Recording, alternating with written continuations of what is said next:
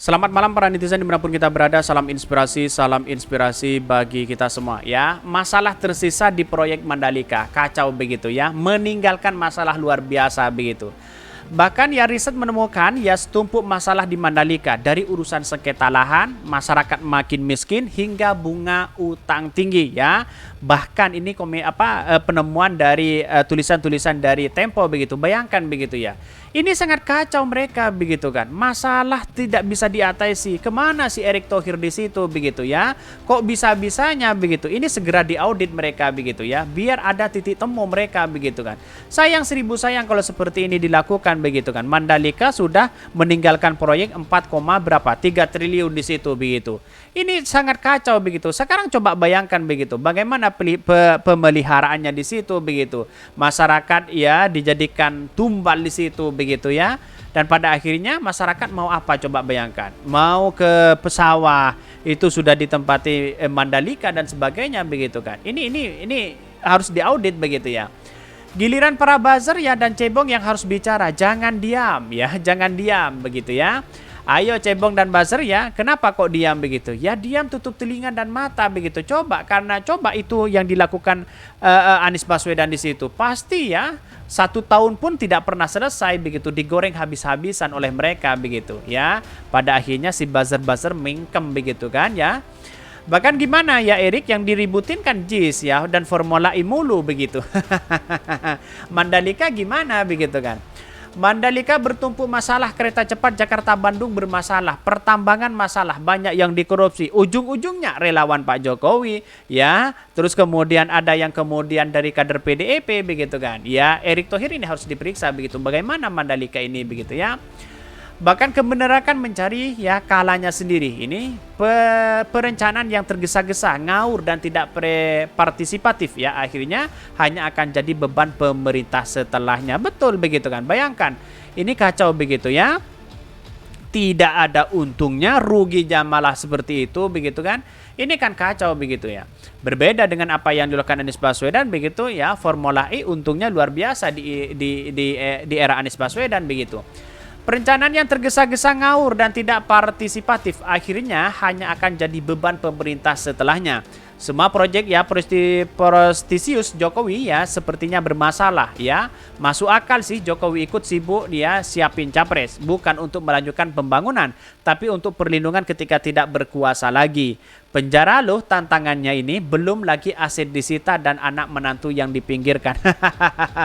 Ini banyak sekali kritikan-kritikan dari netizen. Bisa saja itu terjadi begitu. Kayak Donald Trump begitu kan, punya masalah besar di situ begitu. Pada akhirnya sekarang ya melalui proses peradilan di situ begitu. Ya seorang mantan presiden padahal. Itu kalau warganya sepakat di situ begitu ya, berkompak di situ begitu. Bahkan setahu saya proyek Mandalika sangat ya dielulukan ya para buzzer di Indonesia di level internasional. Membantu masyarakat setempat ya bla bla bla ya. Apa Tempo kurang menggali berita ini? Mungkin bisa saja digali terus di situ begitu. Kita lihat saja nanti begitu ya. Peran penting dari Mandalika sebenarnya kalau dikelola dengan baik itu saya rasa sangat luar biasa begitu. Tapi sayang seribu sayang karena mereka begitu pengelolanya ya habis keluar habis menjalankan JP di situ tiba-tiba ditinggalkan begitu ya. Bisa saja mangkrak begitu ya. Sayang seribu sayang BUMN digelunturkan ya di situ sponsornya luar biasa tapi sayang seribu sayang begitu. Tetapi mari kita baca terlebih dahulu beritanya seperti ini. Ini beritanya ya belum berakhir ya sangkarut di Mandalika. Ini dikutip dari Tempo begitu ya. Masalah lahan menjadi salah satu banyak persoalan ya di Mandalika. Riset menemukan proyek itu membuat warga makin miskin. Ternyata begitu kan ya, bagaimana tidak miskin, bayangkan begitu ya. Lahannya dijadikan dijadikan sebagai sirkuit itu begitu kan. Jadi artinya kalau menurut saya pribadi ini ada dampak luar biasa begitu. Sayang seribu sayang hari ini begitu. Tapi nggak tahu kondisinya sekarang. Apakah masih banjir atau masih becek di Mandalika begitu ya. Bahkan di satu sisi mengatakan terus menanti pembayaran lahan yang dijadikan lokasi sirkuit di kawasan ekonomi khusus ya. Bahkan Mandalika, dari total lahan seluas 6 hektar milik orang tuanya, lahan yang sudah dijadikan sirkuit sebanyak 3 hektar di sekitar tikungan ya 9, selebihnya masih dikuasai si bawah untuk ditinggal di tengah kebun kelapa. Bahkan penduduk dusun ya Bunut ya Kabupaten Lombok Tengah itu mengatakan orang tuanya kalah di pengadilan dalam sengketa lahan ya. Ya bagaimana tidak kalah kalau ada campur penguasa di situ begitu kan. Sayang seribu sayang seperti itu begitu. Ya hal-hal seperti itu sangat disayangkan begitu. Apalagi ini terkait dengan adanya situasi yang tidak menentu di situ begitu kan ya. Mau jualan ya tempatnya dijadikan sirkuit begitu kan, mau nanam singkong, nanam padi di situ begitu ya, sayang seribu sayang begitu. Inilah faktanya begitu kalau ya ambisius banget begitu ya, kira-kira seperti itu begitu kan. Ini kan proyek ambisius kalau menurut saya pribadi begitu ya, ambisiusnya luar biasa begitu ya. Bahkan di satu sisi melihat bahwa wah, ini kalau memang diteruskan ya bisa saja ya angka kemiskinan semakin tinggi nih begitu kan di Mandalika begitu.